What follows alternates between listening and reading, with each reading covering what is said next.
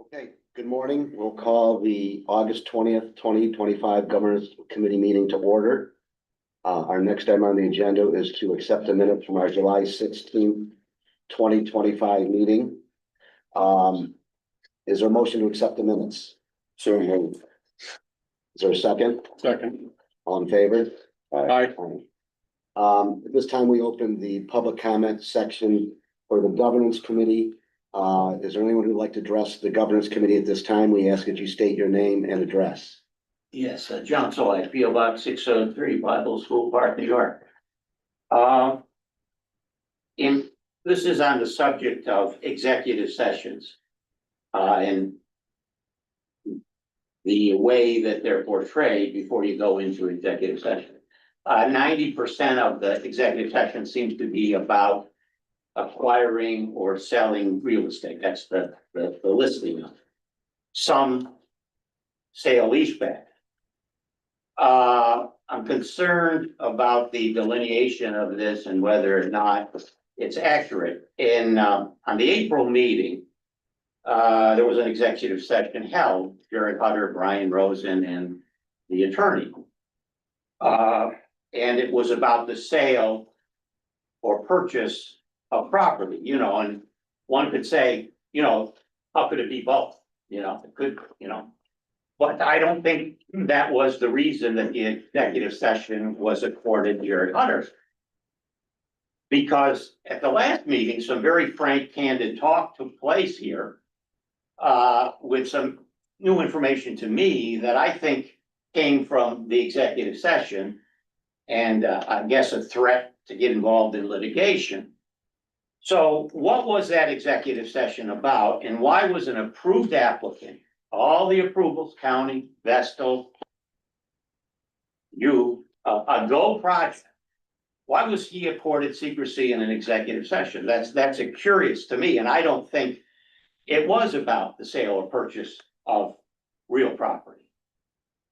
That's the way, based on what I deduce, that's the only possible deduction that he was trying to renegotiate a deal and you wanted to give him the cover of secrecy.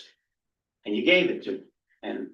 And that's not very nice. On the functionality of boards, there's party line votes in politics, but a healthy board, corporate or whatever, does not have unanimous votes. That's not a sign of a healthy, functional organization any more than it is to have one guy always saying nay, nay, nay.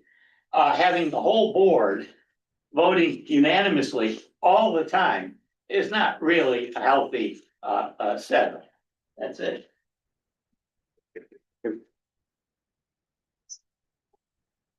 Okay, moving on to the agenda items. The first one is review, discussion, recommendation of a resolution accepting an application from Petcom Associates LLC or an entity formed to be formed on behalf of the foregoing, the company, contemplating a sale and use tax exemption benefit for the company in an amount currently estimated not to exceed $97,569 to facilitate the acquisition and installation of construction materials, machinery, furniture, fixtures, and equipment for the renovation of approximately 5,100 square feet of existing space and the addition of approximately 4,200 square feet of new space at the Petoskey Company's facility at 421 Commerce Road in the town of Vestal.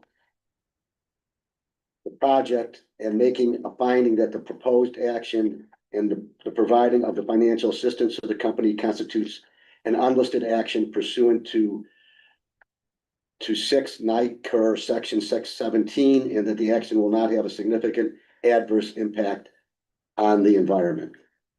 Stacy. Thank you, Rich. So we have a new application for a small business incentive program or sales tax exemption program from Petcom Associates LLC, who is proposing a renovation and expansion project at its facility on Commerce Road in Vestal, New York. The initiative supports the continued growth of Petoskey Fire Protection and Petoskey and Sons Plumbing and Heating, which have experienced consistent business expansion. The project will involve the renovation and expansion of office space of approximately 5,100 square feet and the expansion of warehouse space of approximately 4,200 square feet. These improvements will provide enhanced capacity for operations, storage, and administrative functions.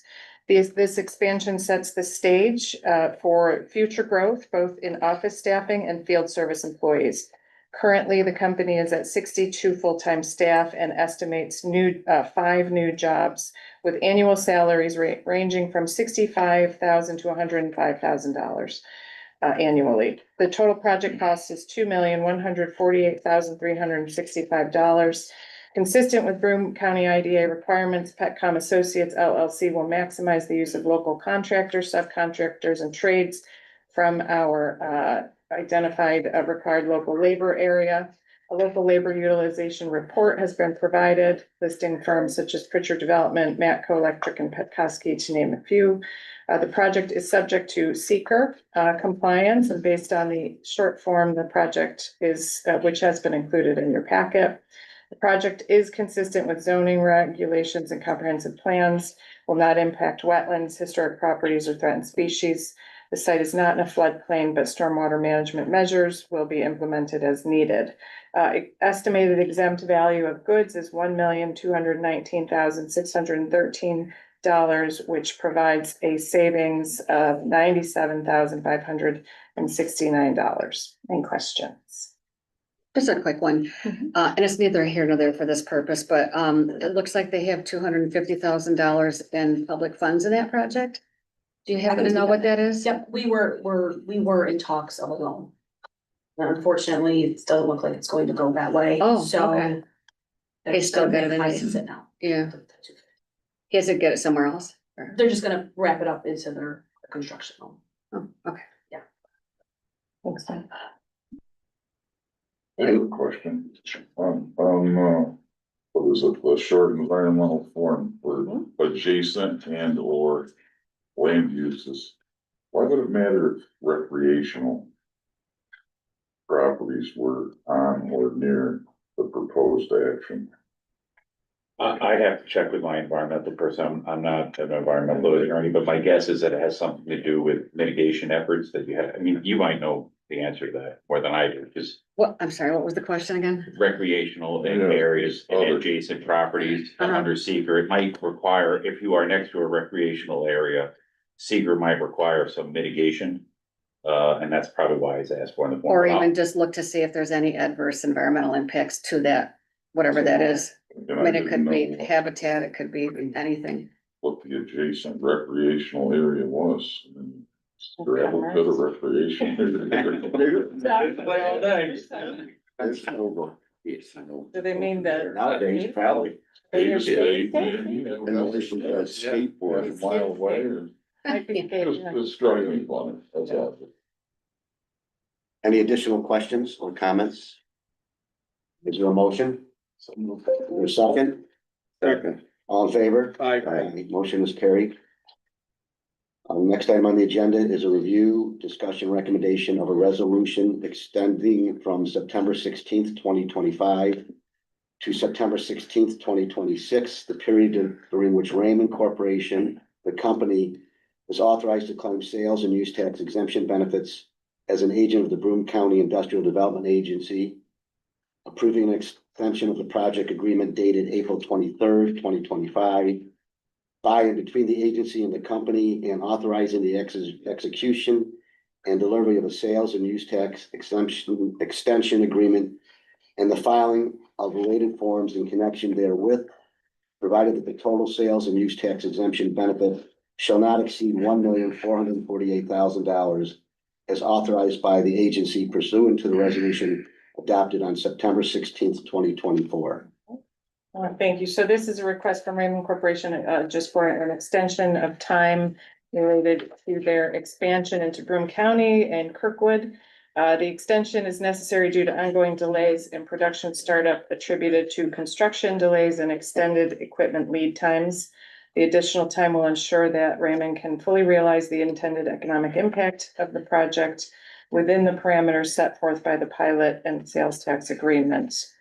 So again, not a request for any change to the value of the exemption, just an additional time. Any questions? Is there a motion? I'll move it. Second? Second. All in favor? Aye. Motion is carried. I don't think we have any other business this time. No. Is there a motion to adjourn? Second. All in favor? Aye. Carried.